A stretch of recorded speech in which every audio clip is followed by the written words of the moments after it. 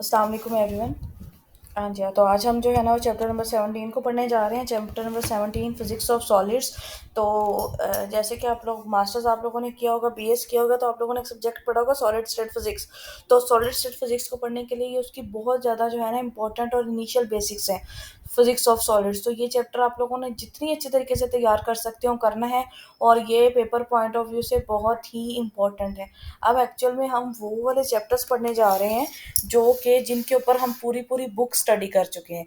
ठीक है, अब आप लोग सोचते होंगे कि इनको पढ़ने का क्या मकसद है जब हम इतनी हायर स्टडीज़ पढ़ चुके हैं, लेकिन यहाँ पर इतनी छोटी छोटी सी चीज़ें हैं जो कि हम हायर स्टडीज़ के अंदर नहीं पढ़ते। जैसे इसके आगे हम जाके ज़्यादातर ये जो फर्मी दराज स्टैटिस्टिक्स वगैरह इन चीज़ों को पढ़ना स्टार्ट कर देते हैं। ये जो हॉल मतलब डिफरेंट चीज़ें जो हायर लेवल की जो सॉलिड स्टेट है उसको पढ़ते हैं। लेकिन ये जो है ना बेसिक्स हैं, और इनको हम लोगों ने बहुत अच्छे तरीके से तैयार करना है कि सॉलिड कितनी टाइप्स के होते हैं और किस किस तरह से जो है ना हम इनको एनालिसिस इनका करते हैं। जो चीज़ें हमने यहाँ पर पढ़नी है वो आगे जाके नहीं पढ़नी। तो इसलिए प्लीज़ सॉलिड स्टेट फिजिक्स के लिए आप लोगों को सॉलिड्स की जो बेसिक्स हैं उनको पता होना चाहिए, और इसको बहुत अच्छे तरीके से आप लोगों ने चैप्टर को तैयार करना है। ठीक है, मटेरियल्स है specific uses depending upon their characteristics and properties such as hardness, ductility, malleability। अब हार्डनेस, सख्ती, डक्टाइलिटी मतलब वो उनको हम दूसरी शेप जो चेंज कर देना, मेलेबिलिटी उनको जो है ना पतली से पतली लेयर्स में काटना, और कंडक्टिविटी। तो ये जो है ना बेसिक प्रॉपर्टीज़ हैं सॉलिड की, जिनकी वजह से इनकी बहुत ज़्यादा इंपॉर्टेंस है डेली लाइफ के अंदर। और जो है ना कहने उसमें अंदर बड़ी बड़ी फैक्ट्रीज के अंदर भी सॉलिड मतलब बहुत ज़्यादा जो है ना वो सॉलिड हमारे पास इंपॉर्टेंट है। अब क्रिस्टलाइन सॉलिड क्या क्लासिफिकेशन ऑफ सॉलिड है। क्रिस्टलाइन सॉलिड क्या होता है? जिनके अंदर एटम्स की रेगुलर अरेंजमेंट होती है। इसका जो है this is there is thus an order structure in crystalline solid होता है। ठीक है, उसके आगे एग्जांपल दी हुई है, ये भी आप लोगों ने तैयार करनी है। अच्छा, सॉलिड का जो है ना atoms in with all types of crystalline solid can be studied using x ray technique. अब एक्सरे टेक्निक क्या होती है? ये हम लोग चैप्टर नंबर 9 के अंदर पढ़ के आए हैं फर्स्ट ईयर के अंदर, कि एक्स रेज जो है ना वो फॉल की जाती हैं किसके ऊपर? लेटेस के ऊपर। तो डायफ्रैक्शन का पैटर्न जो है ना वो ऑब्टेन होता है, और हमें उससे पता चलता है जैसे ये एक एटम है ना, तो इसके ऊपर आएगी एक्सरे पड़ेंगी, जाके हमें वो डायफ्रैक्शन पैटर्न दे देंगी, तो हम उसकी स्पेसिंग वगैरह सारा स्ट्रक्चर जो है ना वो उससे फाइंड आउट कर लेते हैं। For example, each atom in a metal crystal vibrates about fix point with an amplitude that increases with rising temperature average atomic position. तो ये छोटी छोटी सी चीज़ें क्रिस्टलाइन सॉलिड्स के बारे में भी आप लोगों को पता होना चाहिए।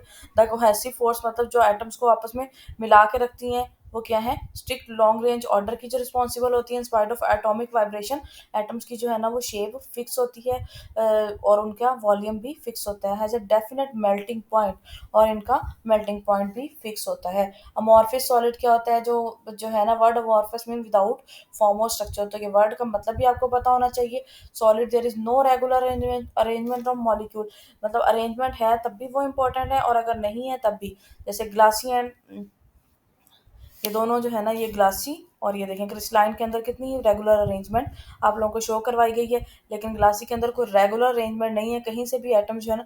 लेकिन ये कहाँ पर होते हैं? ग्लास के अंदर बहुत ज़्यादा इसकी जो है ना वो इंपॉर्टेंस है। और for example ordinary glass which is a solid at ordinary temperature has no regular arrangement of molecules on heating it gradually softens into a paste like state before it becomes a very viscous liquid at almost 800 degree. तो इनका melting point जो है ना वो कोई definite नहीं होता, क्योंकि मेल्टिंग पॉइंट होता है कि जब एक चीज़ पूरी तरह से मेल्ट हो जाती है, लेकिन ये इजीली मेल्ट नहीं होते। ये पहले पेस्ट लाइक जो है ना वो स्ट्रक्चर बनता है, ये इंटरमीडिएट स्टेट है, ये भी आप लोगों को पता होना चाहिए। और विस्कस सा लिक्विड बनता है गाढ़ा, और इसको कितने टेम्परेचर पे? 800। तो ये बहुत ज़्यादा temperature. Thus amorphous solids are also class glassy solids. This type of solids have no sharp melting point. Polymers क्या होते हैं? जो कि अपनी पैटर्न को पॉलीमर्स में भी सेट टू बी मोर और less solid material with structure that is intermediate between order and disorder. ना तो वो मुकम्मल ऑर्डर स्ट्रक्चर होता है और ना ही डिसऑर्डर होता है। जैसे कि सारे प्लास्टिक्स, रबड़ वगैरह और ये सारी चीज़ें क्या हैं?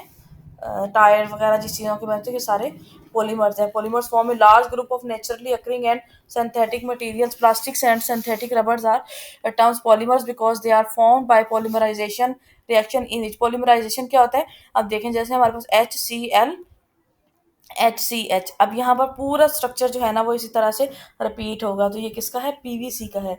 ये C2H2 C3 C2H3 Cl, ये इसके बराबर होता है, ठीक है।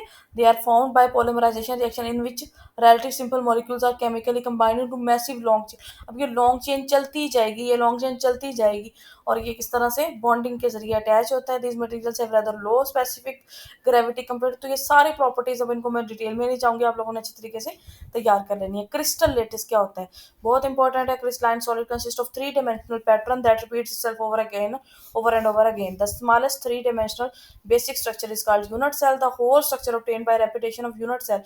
अब जैसे ये एक यूनिट सेल बन गया, ठीक है। अब ये यूनिट यूनिट सेल क्या है, ये क्रिस्टल का स्ट्रक्चर है, और ये पूरे स्ट्रक्चर के ऊपर रिपीट होके आप लोगों को एक फिक्स जो है ना वो क्रिस्टल दे देगा। इन क्रूपी crystal all the side meet right angle other, अच्छा आप लोग को एंगल का भी पता होना चाहिए।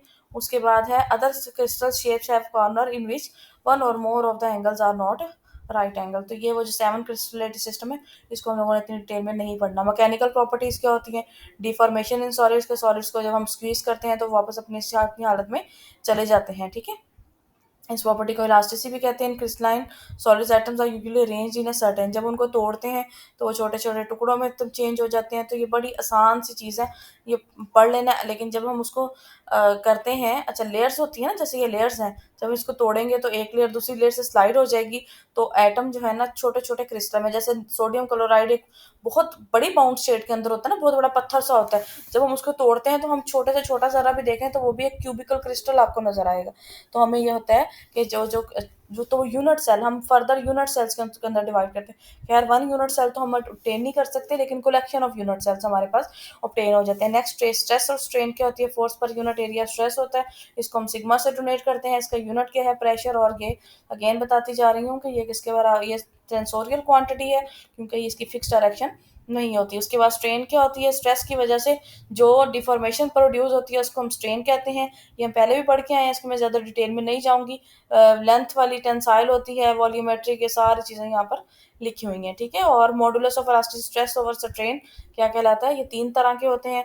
बल्क मॉडुलस होता है, टेंसाइल और शेयर मॉडुलस, ठीक है। तो ये सारी चीज़ें आप लोगों ने याद कर लेनी है, और इनका यूनिट नहीं होता। अच्छा, इनमें से आप लोगों ने वैल्यूज यंग्स मॉडुलस की किस किस की याद करनी है, वाटर की आप लोगों को पता होना चाहिए। देखें लिक्विड का जो है ना वो यंग्स मॉडुलस भी जीरो होता है और शेयर मॉडुलस भी जीरो होता है, ठीक हो गया।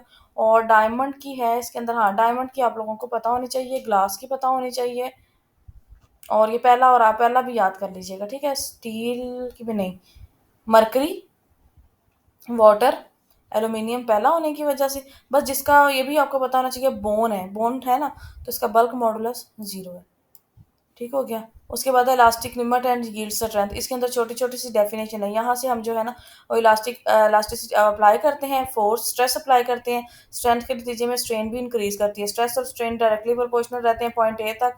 उसके बाद जो है ना इसमें जो है इलास्टिक लिमिट से जाने से पहले हमारे पास क्या आती है, अल्टीमेट प्रोपोर्शनल लिमिट आती है सबसे पहले तो। उसके बाद प्रोपोर्शनल लिमिट तक क्या होता है कि हुक्स लॉ होल्ड करता है, और the strain is directly proportional to the stress. तो इस रीजन के हम प्रोपोर्शनल लिमिट की जो रेंज होती है उसके अंदर जो है ना वो हुक्स लॉ होल्ड करता रहता है कि अगर हम बॉडी के ऊपर फोर्स लगाएं तो अपनी असली हालत में वापस आ जाती है। In the region O A O B, तो ये कौन सा रीजन है, ओ से लेकर ए तक, लेकिन ओ बी रीजन क्या कहलाता है, O and B, the curve will be retraced and the material will return to its original length. In this region O B the material is said to be elastic. तो अब इस सूरत में क्या कहते हैं, इलास्टिक कहते हैं, और द पॉइंट जो बी है उसको यील्ड पॉइंट कहते हैं। तो ये सारे पॉइंट्स आप लोगों को अच्छे तरीके से पता होना चाहिए। If the stress is increase beyond the yield stress और इलास्टिक लिमिट, yield stress और इलास्टिक लिमिट एक ही चीज है, the specimen becomes permanently changed and does not recover its original shape और dimension after the stress is removed. अब देखें ना, हमने एक रबड़ को खींचा तो वो उसको छोड़ा तो अपनी असली हालत में आ गया, फिर उसको मजीद खींचा, फिर छोड़ा, वो अपनी असली हालत में आ गया, फिर हमने मजीद फोर्स लगाई और उसको ज्यादा खींच दिया तो वो अपनी असली हालत में जब वापस नहीं आया, तो हम ये कहते हैं कि ये इलास्टिक लिमिट को क्रॉस कर चुका है और परमानेंटली डिसफॉर्म हो गया, ठीक है। तो उसके बाद है इन does not recover to its original shape or dimension after the stress is removed। This kind of behavior is called, इस प्रॉपर्टी को क्या कहते हैं, प्लास्टिसिटी। अब उसके बाद रीजन आ जाता है बी से सी तक का, ठीक है, represent the ultimate tensile stress strength, मतलब कि जब वो डिफॉर्म हो जाता है ना, तो वो उसके ऊपर हम मजीद स्ट्रेस बढ़ाते जाते हैं, तो एक टाइम आता है कि अल्टीमेट सी वाला पॉइंट आ जाता है। अल्टीमेट मतलब अल्टीमेटम उसको मिल जाता है कि उसके बाद अगर हम उसके ऊपर लगाएंगे ना स्ट्रेस, तो वो टूट जाएगा, ब्रेक डाउन हो जाएगा। और ऐसी इसको हम क्या कहते हैं, maximum stress that a material can withstand. तो उस स्ट्रेस की मैक्सिमम वैल्यू जहां तक वो टूटे बगैर रह सकता है, उसको हम क्या कहते हैं, अल्टीमेट टेंसाइल स्ट्रेस। तो once point C corresponding to ultimate tensile stress is cross, the material breaks at point D corresponding to the fracture stress. तो उसको क्या कहते हैं, fracture stress. Substance which undergo plastic deformation until they break are known as ductile. तो वो जो फौरन टूट जाते हैं, फौरन नहीं टूटते, सॉरी, थोड़ा सा टाइम लेके टूटते हैं, उनको डक्टाइल कहते हैं। लेड हो गया, कॉपर हो गया और रॉटर, ये इसकी एग्जांपल बहुत इंपॉर्टेंट है, पेपर में इनमें से एक जरूर पूछी जाती है। और जो फौरन टूट जाते हैं, जैसे ग्लास है, ग्लास लंबा नहीं होता। अब जैसे रबड़ है, रबड़ को हम खींचे, पहले वो लंबा होगा फिर टूटेगा, ठीक है। तो रबड़ जो क्या है, इसको क्या कहते हैं, डक्टाइल सब्सटेंस कहेंगे। और जो ग्लास है और high carbon steel are brittle. तो इसकी एग्जांपल आप लोगों को पता होना चाहिए। Strain energy in deformed material, इसका ग्राफ वगैरह आप लोगों ने नहीं पढ़ना, लेकिन इसका फाइनल रिलेशन आप लोगों को पता होना चाहिए कि E L L1 square over L. ठीक है, तो ये L1 क्या होता है, L2 क्या होता है, एक्सटेंशन है, एल ओरिजिनल लेंथ है। तो ये चीज़ें आप लोगों को पता होना चाहिए। और एरिया अंडर द कर्व क्या कहलाता है, वर्क डन कहलाता है। लास्ट इलेक्ट्रिकल प्रॉपर्टीज कौन कौन सी होती हैं। अच्छा जी, इलेक्ट्रिकल प्रॉपर्टीज बहुत है, मतलब fundamental electrical property of solid response to an applied electric field. जब इलेक्ट्रिक फील्ड अप्लाई करता है तो उसमें से करंट फ्लो करना शुरू कर देता है, ठीक है। तो इसको हम क्या कहते हैं, इलेक्ट्रिकल प्रॉपर्टी। और कंडक्टिविटीज इनकी कितनी होती है, 10⁻7 ओहम पर मीटर, ओहम मीटर पर। इसके ऊपर जो है ना आ गया, ये इसकी कंडक्टिविटी का यूनिट है। और कंडक्टिविटीज, और जो सम सॉलिड्स हैं जैसे वुड है, डायमंड है, इनकी कंडक्टिविटीज कितनी होती है, 10⁻−10, बहुत ज़्यादा कम होती हैं। और इंसुलेटर्स के अलावा जो है ना, solids with intermediate conductivity generally are terms as semi conductor. तो ये इनकी कंडक्टिविटी की बेस पे इनकी जो कैटेगराइजेशन है, ये आप लोगों को पता होना चाहिए। Bohr model for electron distribution in atom fail to explain completely the vast diversity in the electrical behaviour of this type of material. तो बोहर इसको एक्सप्लेन नहीं कर सका था, लेकिन energy band theory based on wave mechanical model, तो ये wave mechanical model के ऊपर जो एनर्जी बैंड थ्योरी बनाई गई थी, उसमें जो है ना ये इलेक्ट्रिकल प्रॉपर्टीज बताई गई थी। अब इसके मुताबिक क्या है कि हमारे पास जो है टोटल नंबर ऑफ शेल जो है ना, एन शेल होते हैं, an sub level called states under the action of this force exerted by the other atoms in the solid, these permissible energy states are discrete. अच्छा, ये energy states क्या होती हैं, कुछ एक जो है ना फुल बैलेंस बैंड होता है, बैंड होते हैं, इलेक्ट्रॉन जिनके अंदर मूव करते हैं, वो उसके अंदर पता है आपको, S P D F ये स्टेट्स होती हैं। ये सब जो है ना इंटरमिक्स होके आपको एक स्टेट बना देती हैं। एक शेल आपके लिए एक पास एक स्टेट की तरह है। तो जैसे फुल वैलेंस बैंड हो गया, तो जो आउटर मोस्ट शेल होता है उसको वैलेंस बैंड कहते हैं। उससे ऊपर खाली जो बैंड होता है, और उससे ऊपर एक कंडक्शन बैंड होता है। मतलब हमारे पास जो बैंड है, एनर्जी बैंड थ्योरी के मुताबिक एक्सप्लेन किए गए थे। हमारे पास कितनी तरह के बैंड होते हैं, एक तो होते हैं कम्प्लीटली फिल्ड बैंड, जो कि वैलेंस बैंड से फिर नीचे होते हैं। मतलब जैसे K L M शेल, तीन शेल है ना, तो के और एल जो है ना वो क्या कहलाएंगे, फील्ड बैंड्स। और आखिरी जो शेल K L M जो है ना, अगर एम के अंदर इलेक्ट्रॉन है और वो या तो वो फिल कंप्लीटली फिल है या पार्शियली फिल है। अच्छा, वैलेंस बैंड जो है ना, उस वो डिसाइड करता है कि हमारे पास जो है ना मटेरियल कंडक्शन कर सकता है या नहीं, मतलब मटेरियल कंडक्टर है या नहीं। फील्ड बैंड है वो इसके अंदर पार्टिसिपेट नहीं करते। अब कंडक्शन बैंड के ऊपर, सॉरी, वैलेंस बैंड के ऊपर जो एक बैंड होता है, हम उसको कंडक्शन बैंड कहते हैं। जब उससे इलेक्ट्रॉन निकल के कंडक्शन वैलेंस बैंड से कंडक्शन बैंड में जा सकते हो, तो हम कहते हैं कि ये मटेरियल क्या है, कंडक्टर है। अब वैलेंस बैंड से कंडक्शन बैंड तो हर सॉलिड में मौजूद है, लेकिन उनके दरमियान जो डिस्टेंस है ना, वो डिसाइड करता है कि मटेरियल कंडक्टर है या इंसुलेटर है। तीसरी चीज यहाँ पर ये बताई गई है कि वैलेंस बैंड जो होता है ना, या वो फुल होता है या पार्शियली फिल होता है। अगर तो वो फुल है और उसके और कंडक्शन बैंड के दरमियान फॉरबिडन जो गैप है, जहाँ पर इलेक्ट्रॉन कभी भी नहीं पाया जाता, उसका डिस्टेंस बहुत ज्यादा है, तो मटेरियल क्या होगा, इंसुलेटर होगा। और ये इसकी प्रॉपर्टीज आप लोगों को पता होना चाहिए। फुल वैलेंस बैंड होगा, एनएमटी कंडक्शन बैंड होगा, और लार्ज एनर्जी गैप या फॉरबिडन गैप होगा। और अगर कंडक्टर होगा तो कंडक्शन बैंड और वैलेंस बैंड ऑलमोस्ट आपस में इंटरमिक्स हुए होंगे। वैलेंस बैंड कंप्लीटली फिल नहीं होगा, बल्कि पार्शियली फिल होगा। इसमें से इलेक्ट्रॉन कभी कंडक्शन बैंड में चले जाएंगे और कंडक्शन बैंड से कभी वैलेंस बैंड में आ जाएंगे। एक और चीज यहाँ पे इंपॉर्टेंट है कि वैलेंस बैंड जो है ना, वो पार्शियली फिल हो सकता है या कंप्लीटली फिल हो सकता है, एम्प्टी नहीं होता। कंडक्शन बैंड के अंदर इलेक्ट्रॉन हो भी सकते हैं और ये एम्प्टी भी हो सकता है, और फोरबिडन गैप के अंदर कोई भी इलेक्ट्रॉन नहीं पाया जाता। ठीक है, यहाँ पर एनर्जी रेंजेस भी लिखी हुई हैं, जैसे 1 इलेक्ट्रॉन वोल्ट की हो सकती है सेमीकंडक्टर के दरमियान, कंडक्टर से के दरमियान बिल्कुल भी नहीं होती, और इसके दरमियान सेवरल इलेक्ट्रॉन वोल्ट की होती है। ठीक है, और जब ये अब ये तो केस था, इसमें मिक्स हुए थे, इसमें बहुत ज्यादा था, लेकिन कुछ केसेस होते हैं जिसमें बहुत नैरो गैप होता है। ठीक है, तो वहां से वैलेंस बैंड से कंडक्शन बैंड में जाना आसान है, तो इलेक्ट्रॉन इजीली वैलेंस बैंड से कंडक्शन बैंड के अंदर मूव कर सकते हैं बाय चेंजिंग सम कंडीशन। जैसे 0 केल्विन के ऊपर तो ये प्योरली इंसुलेटर होते हैं, लेकिन जैसे ही हम टेम्परेचर चेंज करते हैं या उसके अंदर intrinsic and extrinsic semiconductor intrinsic से एक्सट्रिंसिक में चेंज कर देते हैं, मतलब हम उसके अंदर इम्प्योरिटी ऐड कर देते हैं, तो उसको भी चेंज किया जा सकता है। वो इंट्रिंसिक एंड एक्सट्रिंसिक सेमीकंडक्टर क्या होते हैं? इंट्रिंसिक प्योर फॉर्म में होते हैं, एक्सट्रिंसिक जैसे कि प्योर फॉर्म में है ना, इसमें सारे एलिमेंट सिलिकॉन के हैं, लेकिन अगर इसके अंदर मैं दरमियान में फास्फोरस डाल दूं, फास्फोरस क्या है? पेंटावैलेंट है। ये टॉपिक बहुत इंपॉर्टेंट है, इंट्रिंसिक एक्सट्रिंसिक सेमीकंडक्टर, इसमें पेंटावैलेंट इंप्योरिटीज आपको पता होनी चाहिए। अब इम्प्योरिटी को ऐड जब हम कर देते हैं तो फास्फोरस है, ये पेंटावेलेंट इम्प्योरिटी है। अब इसके आउटरमोस्ट शेल में 5 इलेक्ट्रॉन है, सिलिकॉन के 4 होते हैं। अब 4 इलेक्ट्रॉन फास्फोरस के तो सिलिकॉन के साथ बॉन्ड बना लेंगे, अब एक एक्स्ट्रा रहेगा। अब ये जो एक एक्स्ट्रा रहेगा ना, ये बाकी पूरे की बॉन्डिंग को डिस्टर्ब करेगा। ये पहले जाएगा इसके पास, फॉर एग्जाम्पल चला गया और इसने इसका बॉन्ड तोड़ा, और इसमें से जो है ना इसकी जगह लेके इसको बाहर निकाल दिया, मतलब फ्री इलेक्ट्रॉन की मूवमेंट स्टार्ट हो जाएगी। जब फ्री इलेक्ट्रॉन की मूवमेंट स्टार्ट हो जाएगी तो हम कहेंगे कि ये कंडक्टर बन गया और इसमें से करंट जो है ना पास होना शुरू हो गया, क्योंकि rate of flow of current क्या कहलाता है? कंडक्शन करंट कहलाता है। ठीक है, ठीक हो गया। पेंटावेलेंट इम्प्योरिटीज के बारे में आपको पता चाहिए। अच्छा, आप देखें ये फास्फोरस जो है ना, ये हमें एक इलेक्ट्रॉन एक्स्ट्रा दे रहा है क्रिस्टल को, तो ये क्या कहलाएगा? डोनर इम्प्योरिटी भी ये कहलाता है। तो ये सारी जो बातें हैं ये बहुत बेसिक लेवल की हैं, इसको मुझे बहुत ज्यादा एक्सप्लेन करने की जरूरत नहीं है, लेकिन फिर भी मैंने एक चीज को कर दिया। अब एल्यूमिनियम जो है ये हमें क्या दे देगा? गैप दे देगा, एक होल इसको कहेंगे। डेफिशिएंसी ऑफ इलेक्ट्रॉन क्या कहलाती है? होल कहलाती है। तो ये सारी चीजें आप लोगों ने रीड कर लेनी है, बहुत ही इंपॉर्टेंट है, और ये आप लोगों ने एल्यूमिनियम, बोरॉन, गैलियम और इंडियम ये अच्छे तरीके से तैयार कर लेना है। Electrical conduction bye electron holes, तो ये भी इसी तरह से है कि ये रीड आउट करना है, इसको ज़्यादा गहराई में नहीं जाना। सुपर कंडक्टर्स क्या होते हैं?